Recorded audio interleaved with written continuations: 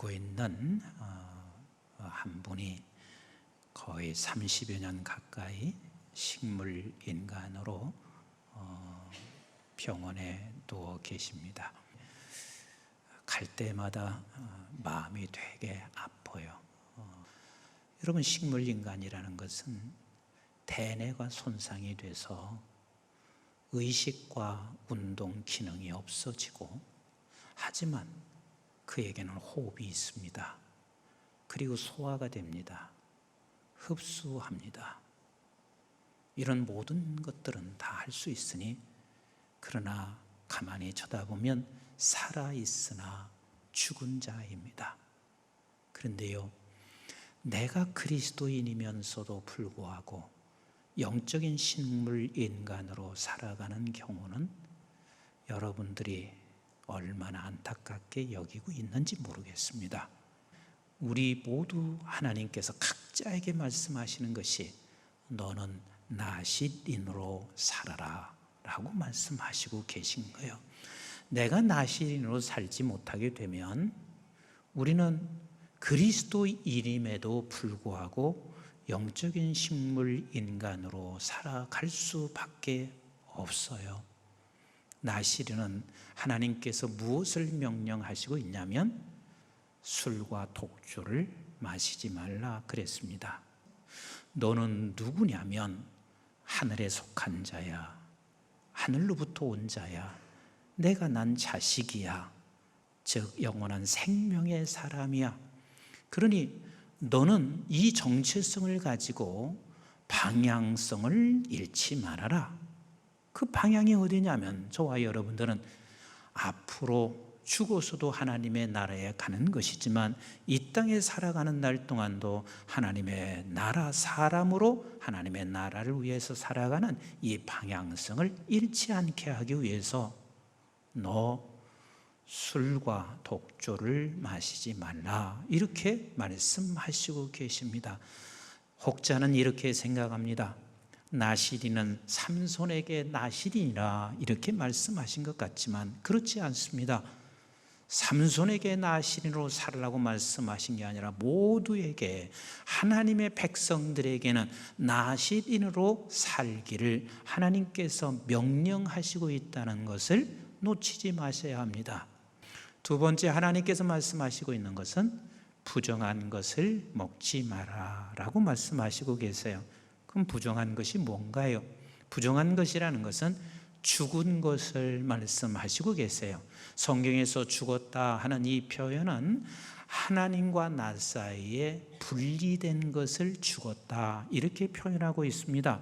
그래서 너 부정한 것을 먹지 말라 하는 이 뜻은 하나님과 절대로 너는 분리돼서 살 수 없는 자니 분리돼서 살지 말아라.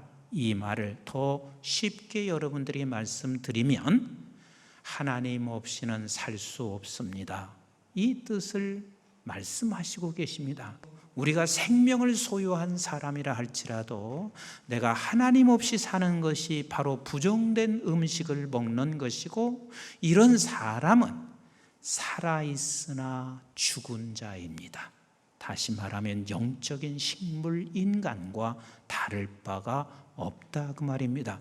하나님 없이는 살 수 없다고 하는 사람은 반드시 이 두 가지는 필수적으로 나타나게 되어 있습니다. 그 하나가 뭐냐면 기도예요. 내가 무엇을 원하는 것을 주문하여 하나님 앞에 그저 그것만 찾고자 하는 것이 기도라고 생각하면 안 돼요. 기도는 주문이 아닙니다. 그럼 기도는 뭐냐? 기도는 하나님 없이는 내가 살 수 없어요. 이것을 고백하는 행위입니다. 너 혼자는 살 수 없고 하나님이 있어야만 살 수 있다는 이 고백의 내용이 담겨 있는 게 기도이기 때문에 하나님이 그렇게 기뻐하시는 거예요. 사무엘상 11장에 보면 백성들이 사무엘에게 뭘 요청하냐면 왕을 요청합니다. 그래서 11장 하반절에 보면 길갈에서 왕을 세우게 돼요. 그리고 피를 토하는 심정으로 12장을 마지막 사무엘이 말씀하시고 계세요. 왜? 왕을 삼고 나면 저들은 왕이 있으면 되고 왕만 잘하면 될 것이라고 생각할 그 백성들을 바라보며 마지막으로 피를 토하듯이 한 절 한 절 사무엘이 이스라엘 백성들에게 말씀하시고 있습니다. 그래, 너희들 말대로 내가 왕을 세웠다. 그런데 너희들이 잊지 말아야 할 것은 그 위에 하나님이 계시다는 사실을, 하나님이 세웠다는 사실을, 하나님 없이는 아무것도 이 나라가 이끌어갈 수 없다는 사실을 내가 알아야 한다. 나는 너희를 위하여 기도하는 쉬는 죄를 여호와 앞에서 결단코 범치 않다. 이 말은 사무엘이 이렇게 고백하는 뜻이에요. 나는 나시린으로 사는 것을 결코 나는 포기하지 않겠다. 세상 백성이 어떻게 움직인다 할지라도 나는 나시린으로, 다시 말하면 부정된 음식을 나는 먹지 않겠다. 즉 하나님 없이는 살 수 없다는 사실을 내가 기도의 무릎을 꿇고 쉬지 않겠다라고 고백하고 있는 거예요. 사랑하는 성도 여러분, 우리 일평생 기도를 놓치지 않게 되기를 주님의 이름으로 축복합니다. 하나님 없이는 살 수 없습니다. 이렇게 고백하는 사람들에게는 두 번째요, 생명의 말씀 앞에 민감히 반응합니다. 38년 된 병자가 베데스 연못가에 지금 앉아 있습니다. 그런데요, 예수님께서 그에게 찾아와서 이렇게 질문해요. 네가 낫고자 하느냐? 이게 질문이라고 하시는 질문인가요? 베데스다의 연못가에서 38년 동안 앉아 있으면 그가 무슨 소문을 듣고 있었냐면, 천사가 내려와서 물을 동하게 할 때 나는 자기는 들어갈 수도 없어서 누가 굴려줘서라도 들어가면 내가 살고 낫고 싶어서 내가 이곳에 앉아 있는데, 예수님께서는 지금 말씀하시는 것이 내가 낫고자 하느냐? 질문다운 질문도 아닙니다. 어찌 보면 38년 된 병자가 그걸 질문이라고 할 수 있습니까? 그런데 더 주님께서는 말씀하실 때 상식이 통하지 않는 이야기를 합니다. 일어나라는 거예요. 내가 일어나고 싶지 않았나요? 못 일어나서 안 일어나는 거지. 그런데 더 상식이 안 통합니다.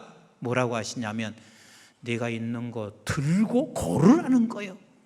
아니, 지금 내가 일어나지도 못하는 주제에 들고 걸으라는 말이, 이게 상식적인 이야기란 말이요. 그런데 더한 게 있어요. 안식일이요, 그날이.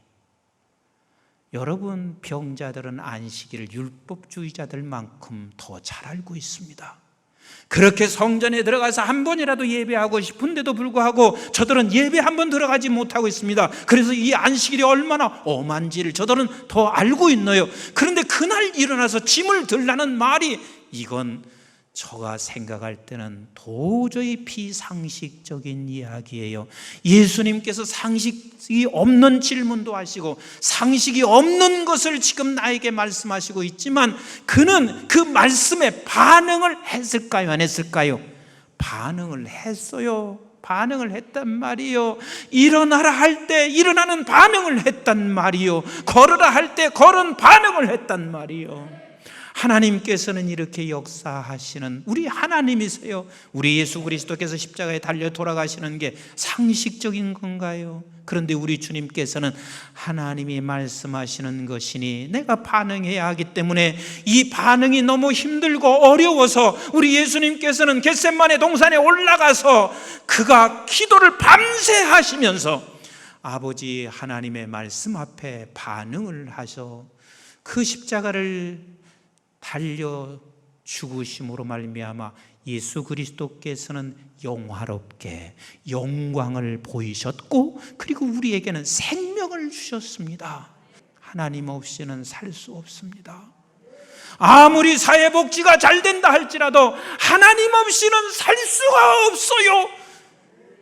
이 고백은 세상 사람들이 하는 것이 아니라 나시린된 저와 여러분들이 이 고백의 자리에서 늘 기도와 생명의 말씀에 민감히 반응하여 여러분들도 살고 우리 교회가 살고 민족이 살고 세계를 살려내는 우리 모두가 되기를 주님의 이름으로 축복합니다.